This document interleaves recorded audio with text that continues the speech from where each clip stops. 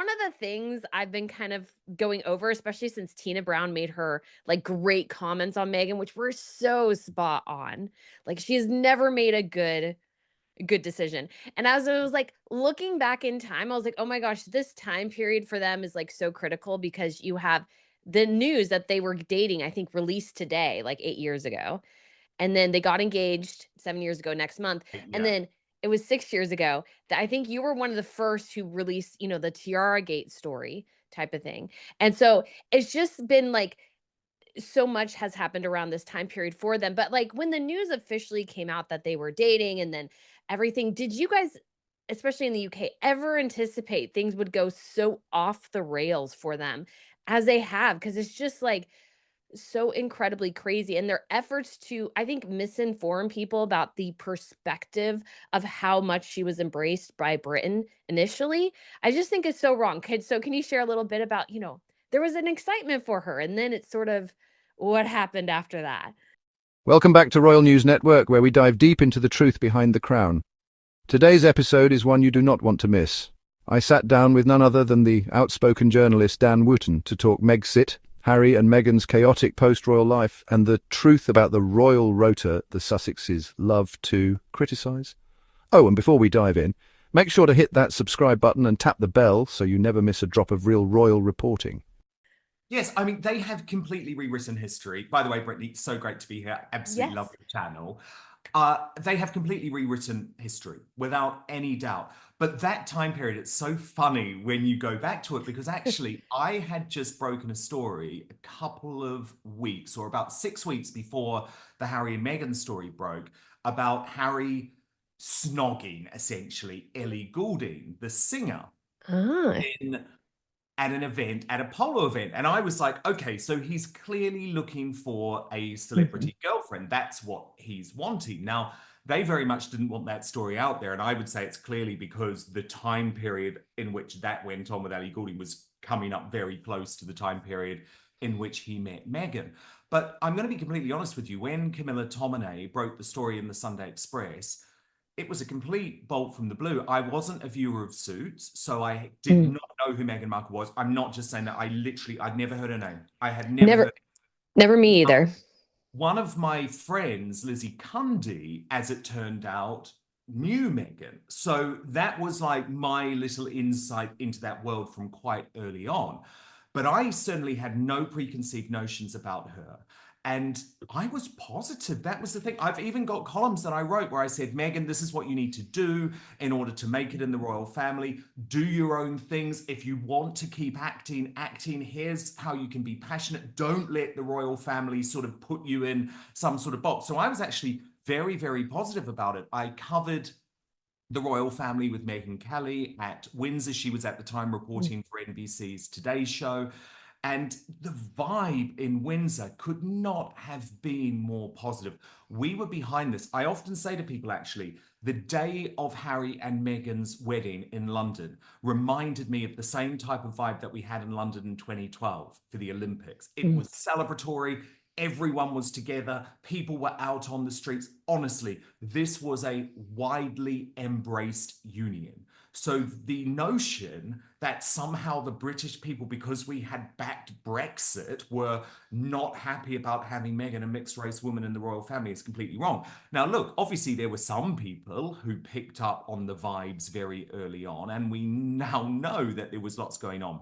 But in terms of my writing about what was really happening, it first started with the Thomas Markle debacle. Mm. And that was when I first got to know Samantha Markle. And we're good friends now. She's a wonderful woman. And what she said to me back then has proven to now be completely true. So I covered the Markle side from the week before the wedding, but it wasn't until a few months after the wedding when, as you say, I broke the story of Tiara Gate, and no other journalist had even gone there. They hadn't even gone there. And this story, it took a long time for anyone to take it seriously, for it to have credibility, even though I knew it was true because the royal rota, I'm not a big fan. They hunt as a pack. And the story was sensational when you look at it out of context. Now, obviously, we know what was going on, but the story was that the Queen, the late Queen, Queen Elizabeth II, had warned Prince Harry about Meghan Markle's treatment of staff and her behavior towards staff.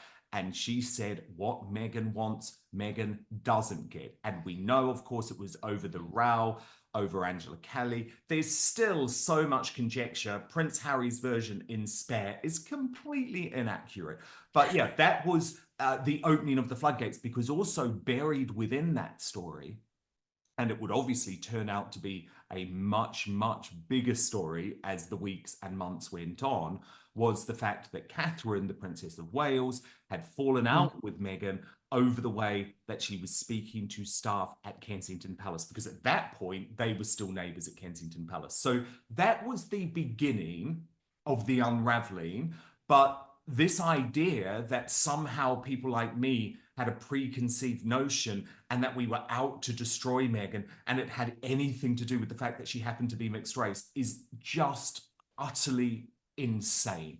Actually, for a long time, the media was almost so scared of the reaction from Harry, because remember, he had already spoken about racism in that ridiculous statement so early on that everyone was too scared to say anything negative about Meghan. So it was the bravery of my editor, who's a guy called Tony Gallagher. He was editor of The Sun at the time. He's now editor of the Times of London. It was his bravery to say, no, no, no, I'm going to let you run this story, because, of course, it was his head that was on the chopping block as well as mine. But there was a little catch. He said, you can run the story, but I'm not going to put it on the front page, because he sort of felt like he was testing out the waters. That's very interesting, because I remember reading that story, because I was never a fan of Meghan from the jump, because Well, I knew she was a you got it neat. right. You got it I right, was Brittany. got I got it so right. wrong. She immediately struck me as a D-list actress desperate for attention, which was exactly the right read for her, as it turned out. I'm almost bummed I don't really have that like in writing or on video, because it's like that was really my initial thought.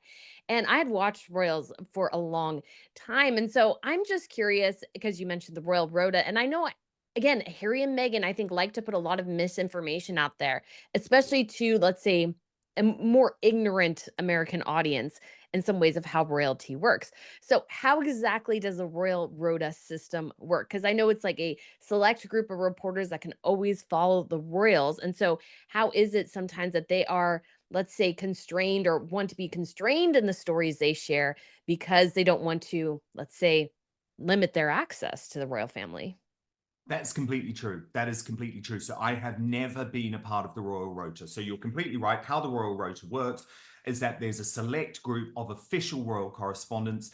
They tend to work for the major newspapers, so the Times, the Daily Telegraph, the Sun, the Daily Mirror, the Daily Mail, and the big British broadcasters, the BBC, Sky News, ITV News. GB News, where I used to work, is not part of the Royal Rota. When Meghan Markle first entered the royal spotlight, the excitement was real. People in Windsor were celebrating in the streets. The British press, Dan included, welcomed her with open arms. But where did it all go wrong? Dan put it like this: the wedding day had the same magic as the London Olympics. Everyone was on board. But what Meghan and Harry have done since, it's a complete rewriting of history. Dan breaks down how the press didn't turn on Meghan. Meghan turned on the truth, and the unravelling began far earlier than most realise. So for me, not being part of the Royal Rota actually gave me incredible freedom, because I was never following the royals on their trips or at functions or writing their press releases. Now, I'm not saying that's not a valid job, by the way. Of course, there is a job to do in terms of just tracking the day-to-day movements of the royal family. The Queen's here today. This is the King's big announcement. I'm not saying that isn't a job, and I'm not saying it's not a valid job. But the problem with those people in the Royal Rota, Brittany, is they're completely reliant on access to the royal family, access to these events. They're surrounded constantly by the courtiers who work for the royal family, who are the gatekeepers of the royal family. And if I look at the royal reporters who I trust and who I believe, like, for example, Robert Jobson, who is part of the Royal Rota, but he's been around for a very long time. He won't mind me saying that. His view is that there's no point speaking to the official courtiers for the royal family who are actually there spinning effectively for them, because tell you the truth. If they want a story out there, they're going to put it out. Their job is to effectively stop stories getting out. Now, I didn't have any of those constraints, and I had a very brave editor. Because let me tell you, Brittany, the establishment within the royal family were desperately trying to stop me running these stories. And again, this is the irony, because you talk about the disinformation coming from Meghan Markle, and this is the irony because no, the royal family were trying to stop people like me from writing the stories about what was really going on. They were so desperate to make it work. So this idea that there were stories being leaked out officially from the royal family are just not true. But eventually the dam had to burst, right? Because the Mhm. behavior was so bad. And actually, Harry's behavior was so bad. I'm not one of these people who is an apologist for Prince Harry and thinks that it's all Meghan Markle's fault. I know there are some people in the royal beat who have that view, and I think it's a perfectly valid view to have. But no, a lot of this bad behavior was being driven and concocted by Prince Harry as well. So he doesn't get a pass from me. Yeah, because I know I'm kind of mixed because I think a lot of this would not have happened without Megan, of course, but Harry obviously had his part to play as well. But I'm just curious because obviously we know, and from what always experienced following royals, is that it is a very kind of tight ship, you could say, within what kind of information gets leaked to the press. And I know you can't give away exactly any sources and stuff, but I would imagine that some of how you were getting these stories is that their behavior was just so bad. People felt like they had no recourse but to go to the press to share what was going on.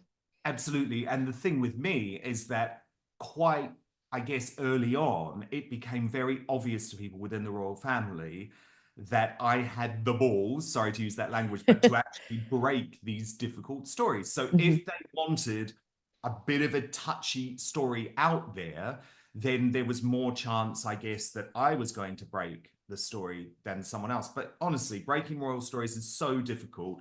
My background had been in the world of entertainment and news and politics. And of course, in that world, you can very often speak to the celebrities involved, you can speak to the politicians involved, you can talk to them off the record. It doesn't work that way in the royal family. Sadly, I can't just pick up the phone to Prince William. That's not how it works. But I think eventually most of the royal households came to the realization, including, by the way, Harry and Meghan's household, came to the realization that it was stupid not to speak to me because I was breaking these stories, and surely you want your point of view included mhm. in the story. Yeah, because what I've noticed is Megan, I think, tries to portray herself as such this innocent angel who's the victim of everyone. And I just can imagine a staffer going, no, wait, you're totally different behind the scenes. This narrative you're trying to push, like we know the real you. And so that's just so important to share. And so when you are, speaking to whoever was within the royal household, do you think really at the end of the day Meghan ever really had any good intentions in the UK, or was she just in it for the eventual money grab she was hoping to get? Well, I personally don't think she came into it with any good intentions. Whether she thought that she would leave so quickly is another question.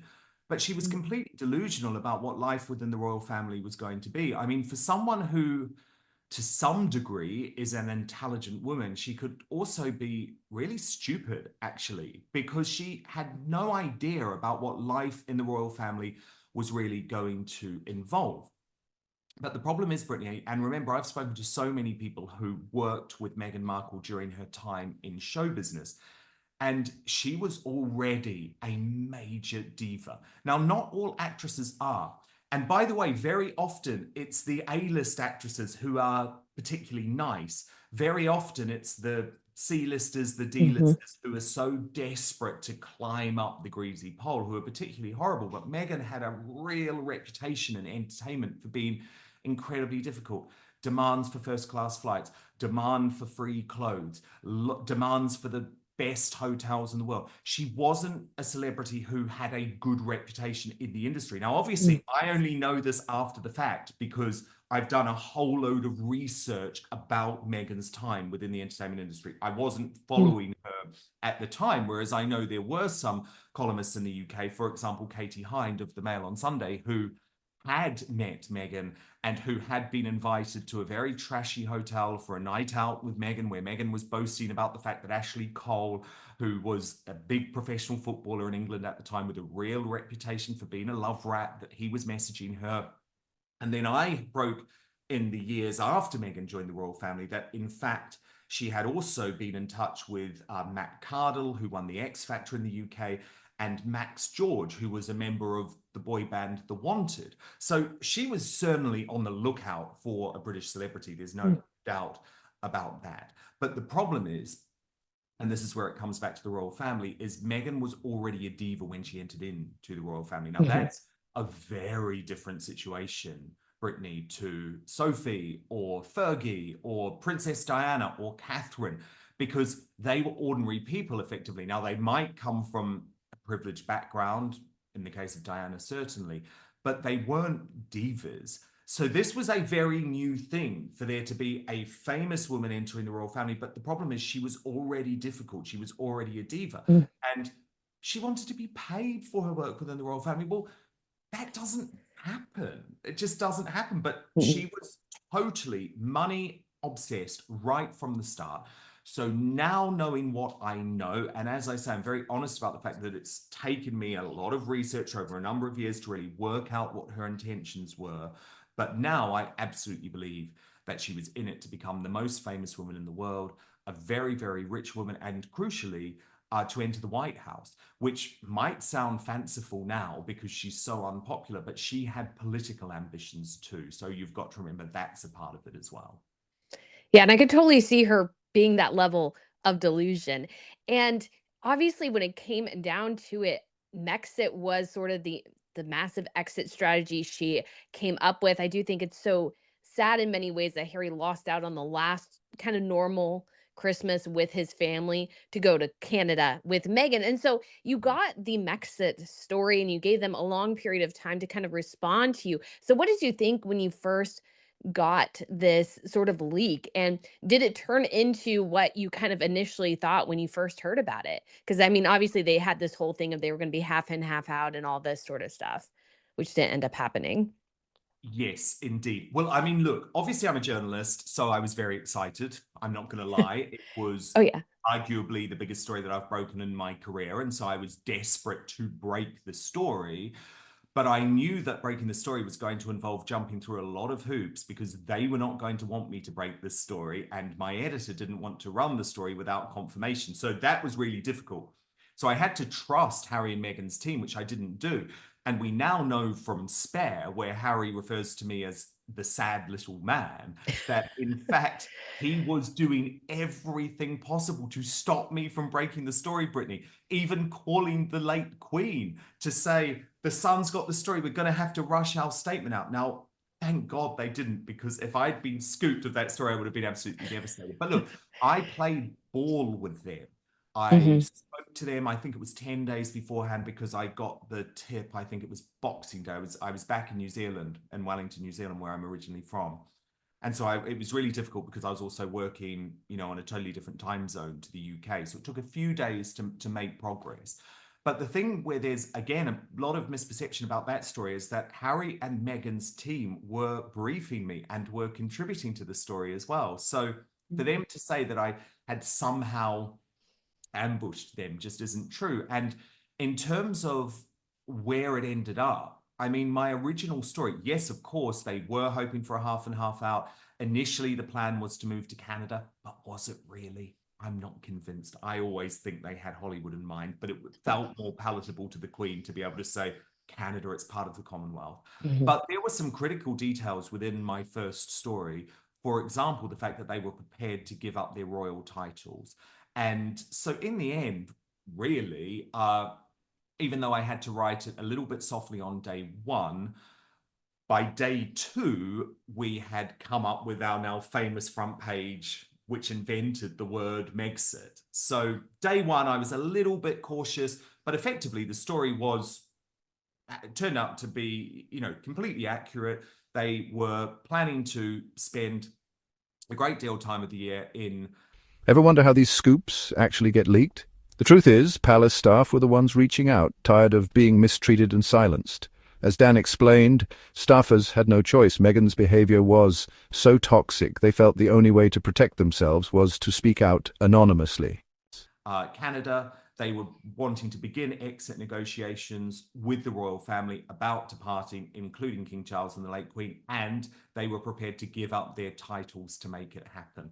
But so much of this was just done out of spite, because, and that's what I'll never get my head around. I mean, another key detail in that story, and I know that it's 100% true, is that Harry and Meghan were partly pushed into, or they felt pushed into doing this very quickly because they were so angry about the photo that the late Queen had released over Christmas. Now, it's an incredibly iconic, famous photo of the late Queen, King Charles, Prince William, and Prince George, the direct heirs to the throne. I mean, why would Harry and Meghan expect to have any involvement in that photo? They were never in that. They were never one of the direct heirs to the throne.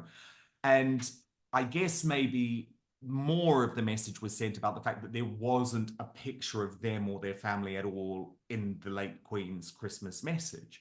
But that's because their behavior by that point had been so abominable. Well, and obviously as well, when it comes to royals, and I meant make sure to say this quite a bit, it's a hierarchy. It's like that's just Yes. what it is. You can't really supersede it. There's some Middle Eastern countries where that's not totally the case, but most of them are hierarchies. So you know your place in the pecking order for sure. This should not be rocket science. But for Meghan, it really seemed to be that she was just shocked that she married the sixth in line to the throne, and that meant she was a wife to the sixth in line to the throne.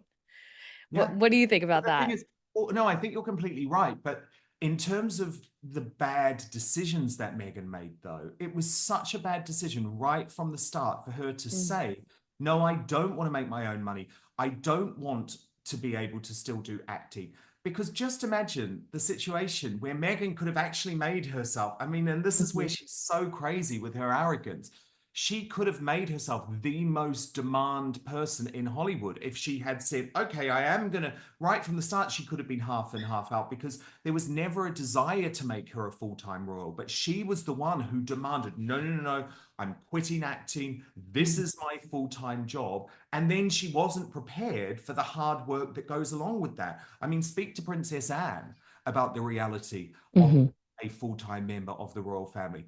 It ain't glamorous. It's hard No. work. It's long days. You are turning up to that Nottingham Community Centre on a grisly Tuesday morning with a few people in the crowd to greet you. Now, of course, for Harry and Meghan, it was already so much better than that because there was so much excitement around them. But nothing was good enough for her because of her diva-like behavior. But I just think if you think to what the late Queen initially offered Meghan, so this is once the Mhm, engagement happened, it would have been brilliant for her. It would have been so much better than what it is now because Harry would have still been able to be in the royal family playing an official role.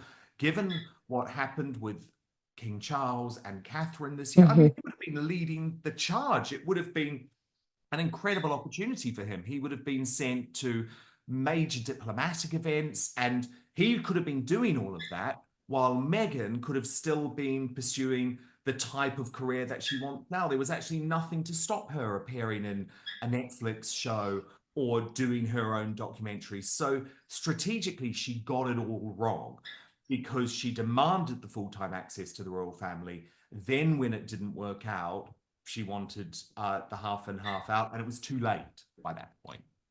yes, because I mean, I think Megan would have been better off probably never marrying Harry and just utilizing the fame that she finally got from dating him to catapult her into a maybe a different acting tier. But she didn't really have a, you could argue a ton of talent in her acting field. But my interesting question is like when it comes to Mexit, I mean, was that just a horrifically bad mistake, bad error in judgment on their part because it's kind of funny now to look back on it, but people were saying they were going to have this billion-dollar entertainment empire and it looks like they might not even get a couple of $1 million entertainment empire when it comes to the end of the day considering probably how much money they've lost over just time.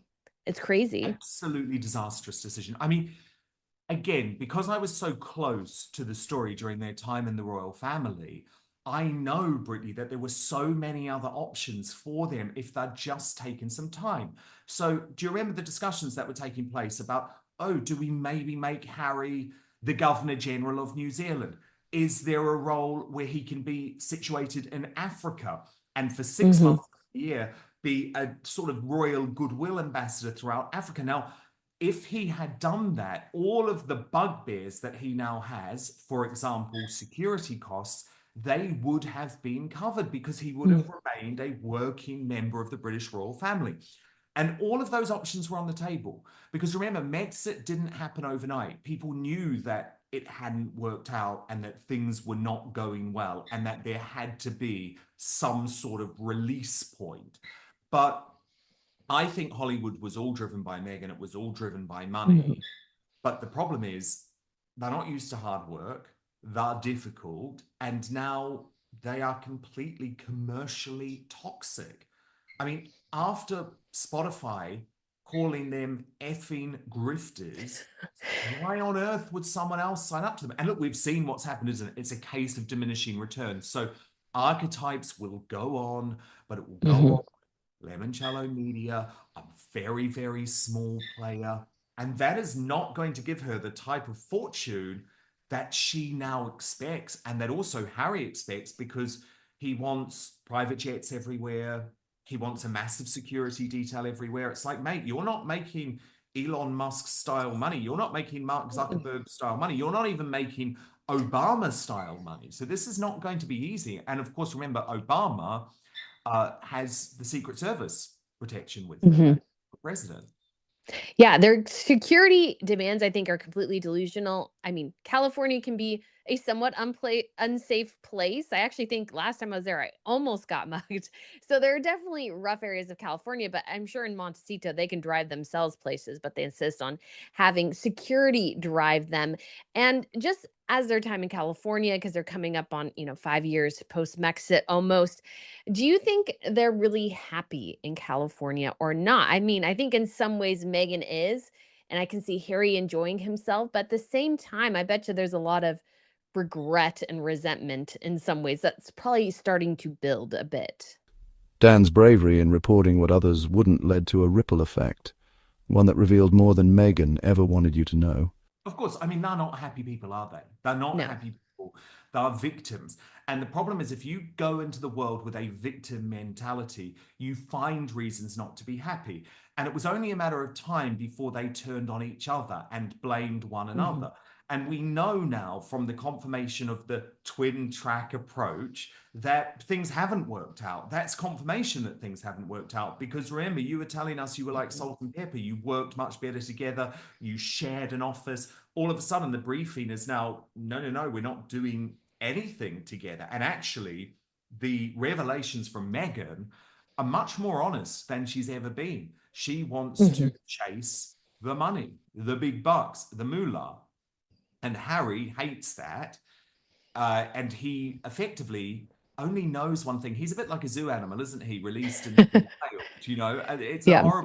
it's a horrible thought, but it's true. I mean, he only knows one thing, Harry, and that is turning up to events, being a bit of a cheeky chappy, having everyone love you and complete adoration, but not having to work very hard. So all of a sudden, when he was in Hollywood, and it's like, okay, you might have to record an episode for this every week. You might have to come up with concepts. You're going to have to interview people. Who's your co-host going to be? He doesn't know anything about hard work. Now, you can't necessarily blame him for that, but that's why, Brittany, everyone was warning him before Megxit, don't do this. You're going to hate it. You're going to struggle making your own money. You're not going to get security, Harry. Don't do it. They warned him time and again. Charles warned him. The Queen warned him. William warned him. Everyone at the Sandringham Summit warned him. The media warned him. So I'm sorry, you can't make your bed and then not prepared to lie in it. But in terms of their happiness, I mean, of course, they're living in a mega mansion. Montecito is a great place to be. Amazing weather, brilliant restaurants. So on one hand, I'm sure there is part of them that's happy, but remember, they're both incredibly ambitious people in their own ways. And they're also both incredibly bitter people with massive chips on their shoulders. And it just has not worked out. And we saw that in perhaps the most glaring way with the Hollywood Reporter article. I mean, that's devastating to Meghan. So I think there's certain things they're happy about, but remember, there's a huge amount of insecurity. There's a lot of financial Mm. insecurity. And Harry is so concerned about the fact that he's about to be taken over, not in the royal pecking order, but in the media pecking order by Mm. a young Prince George and a young Prince Louis. That's his future. He's losing his hair. He's losing his looks. He no Mhm. longer comes across as a cheeky chappy. I mean, look, there's a lot of reasons to be unhappy, but this is the choice that they made against the better judgment of so many people who they should have listened to and who they should have trusted. Yes, it's so sad in many ways because they could have had such a great success potentially, but it required, I think, skills neither one of them actually possess or the drive to actually make themselves successful. Because as you and I both know, if you do this sort of thing, content creation and stuff, and it takes time and effort and energy. So It's it's hard work. But the bigger problem is, Brittany, though, as soon as they had done the Oprah Winfrey interview, yeah. there's no going back. That was everything there.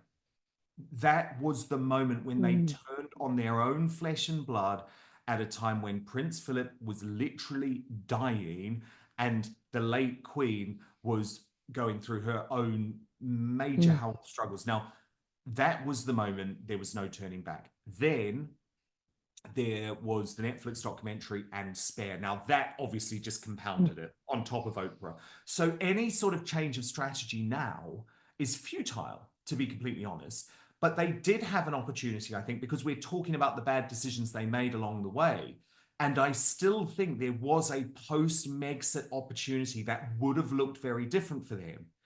But that required not doing the Oprah Winfrey interview.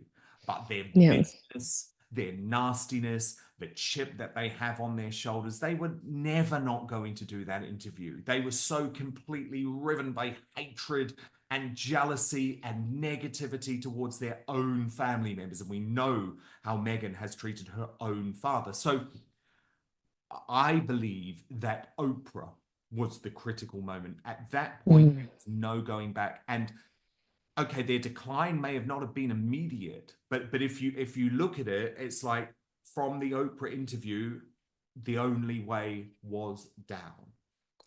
Yeah, and you think about it as well, the Oprah in Winfrey interview was the catalyst for the more, official laid out bullying allegations in the Times because their staff were like, "We know what you're going to do here. So we're going to put our piece out there because people need to know who the real you is." And without that, that might have not come up until maybe now Exactly. or maybe not at all. Because the royal family had covered it up.